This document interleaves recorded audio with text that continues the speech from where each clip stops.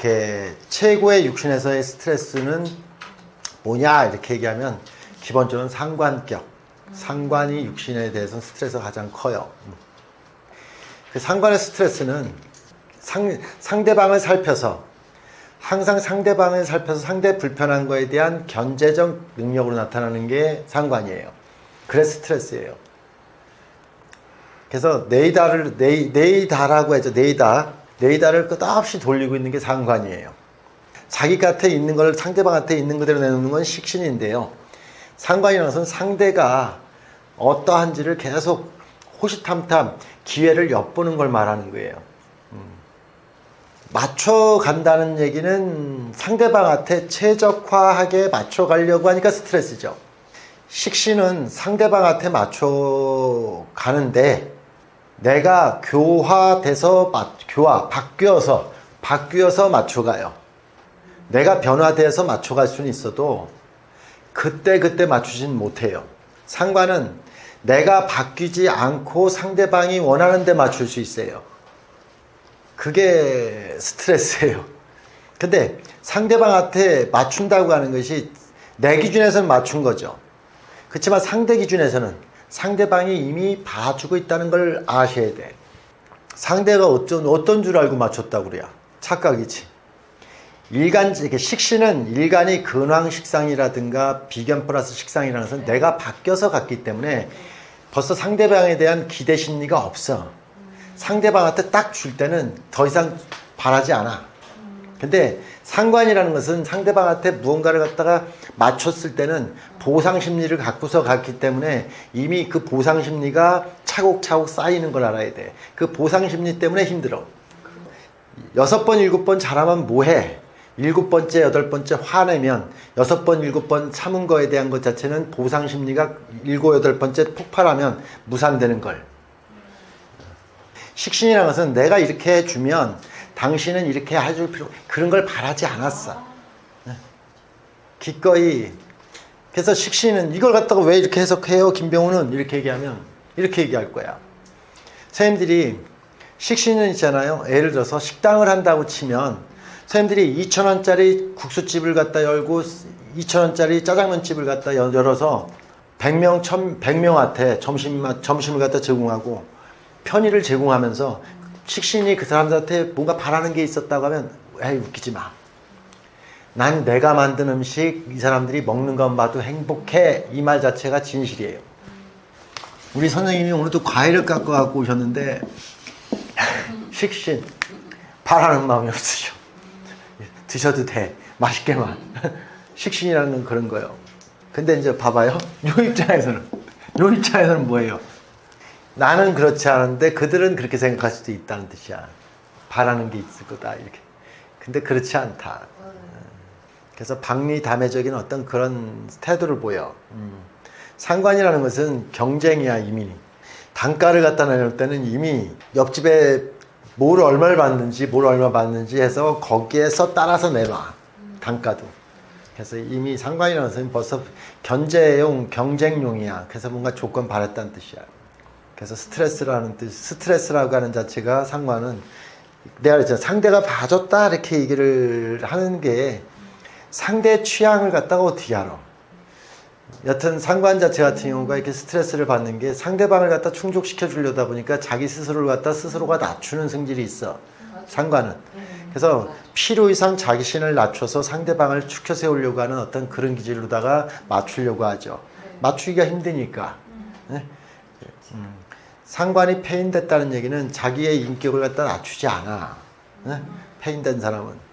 근데 상관이 되게 폐인된 사람도 일단은 잘 모르는 사람한테는 자기를 낮춰서 상대를 편하게 하려고 하지. 그게 맞추는 거지. 네. 어떤 그런 스트레스.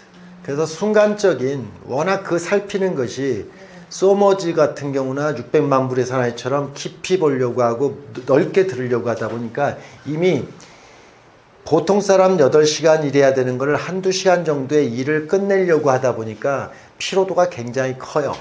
상관은. 왜냐면 소머지 같이 잘 들으려고 하고 600만 불처럼 잘 보려고 하다 보니까 피로도가 커. 그래서 하루에 한두 시간 일하면 되는 그렇게 타고난 사람인데 요즘 다 8시간 일하잖아. 이 상관이 8시간 일하게 되면 굉장히 스트레스가 크지. 왜냐면 집중력이 한두 시간에 탁 이렇게 생기는 것이 상관이니까. 내 승일대로 내가 상대방한테 맞춰가는 거에 상대방이 감동 내지는 좋아해주고 같이 동조해주지 않으면 굉장히 힘들어해요. 그게 상관이에요. 자, 두 번째. 편인이 두 번째 스트레스예요. 아까 상관은 상대방이 욕망에 대한 상대방의 급급함, 행위적 급급함을, 불편함을 보여요. 상대방이 불편한 게 보이니까 상대방의 불편함을 해결해 주려고 해요. 행위적인 불편함을. 그 행위적인 불편함을 갖다 난 욕망이라고 얘기를 하게 해요. 식신은 밥집을 하는데 상관은 술집을 하고, 식신은 쌀집을 하는데 상관은 담배 가게를 해요. 해도 되고 안 해도 되는 걸 하는 거잖아요. 예? 그러면 상관이라는 개념은 결국 이렇게 삶을 살면서 주가 아니에요. 근데 선생님들이 디저트 음식이라든가 술과 담배 이런 것들 있잖아요. 이런 것들이 더 확실하게 뭔가 자극적이지 않나요? 그래서 상대방의 어떤 그런 욕망적 부분을 얘기하는 거고, 편인은 딱 상대방하고 있으면 상대방의 허술함이 보이기 시작해. 상대방의 마음 씀씀이, 꿍꿍이, 이게 보이기 시작해요. 도리라고 아까 얘기했죠. 도리가 아니라 꿍꿍이에요. 심보가 보여요. 아유, 심보가 왜 저래. 이거 누가 한 말 있는지 아세요? 편인이 했어요. 그래서 내가 조사한다 이렇게 얘기를 하고, 이렇게 넌즈시 이렇게 툭 건드리는 간 보는 말들, 떠보는 말들, 이런 말들은 다 편인이 하죠. 그래서 상대방한테 항상 여지를 둬요. 잔상을 둬요. 다가오지도 않을 미래에 대한 걱정, 항상 과거에 집착, 이런 거에서 내가 자유롭지가 않아요. 항상 현실을 살면서도 과거에 대한 집착, 편집, 예? 아유, 내가 바보 같았어, 이런 것들이 얘기하고, 다가오지도 않을 미래에 대한 걱정, 우려. 그래서 현실에서 늘 이렇게 현실에 집중하지 못하고, 과거와 미래를 갖다가 넘나들면서 자기의 처지를 갖다가 이렇게 처지를 고심하고 이렇게 걱정하죠. 우려하죠. 그래서 이렇게 걱정과 우려 속에 살죠. 상관은 걱정과 우려가 조금 덜한데요. 이 편인은 걱정과 우려가 취미 생활이에요. 그래서 이렇게 아이가 못 살까봐, 남편이 어디 가서 잘못될까봐, 뭐 이런 거 있잖아요. 그래서 나가 있는 게 아니라 내가 5만 가지 내 주변에 있는 모든 사람들이 잘못될까봐 걱정 우려를 해요. 그런 걱정 우려를 갖다가 하는 것이 이 스트레스죠. 그래서 뭔가 마음속에서 시뮬레이션, 밑그림을 그려놓지 않으면 불안한 생각이 들어요.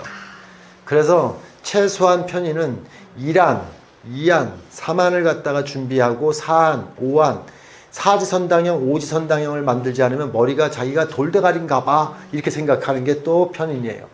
그래서 모든 경우의 수를 갖다가 2-3개 또는 너댓 개를 만들어야지 나는 탁월해 이렇게 생각해요. 이런데 안정감을 느껴 이렇게 얘기하는 게 편인이에요. 이렇게 안 되면 저렇게 안 되면 이렇게 경우의 수를 만들어내요. 그러면 선생님들한테 이렇게 아들이 편인이면 선생님들 이런 말을 해줄 줄 알아야지. 네가 엄마 때문에 얼마나 걱정이 많니. 고맙다 야 마음 써줘서 이렇게 해줘야지.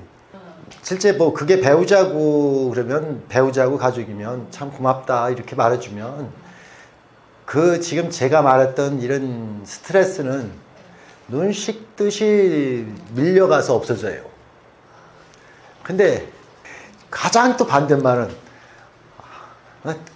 네가 뭘 했는데 이런 얘기하면 네가 뭘 했는데 이렇게 얘기하면 그 사람을 자빠지게도 만들 수 있어요.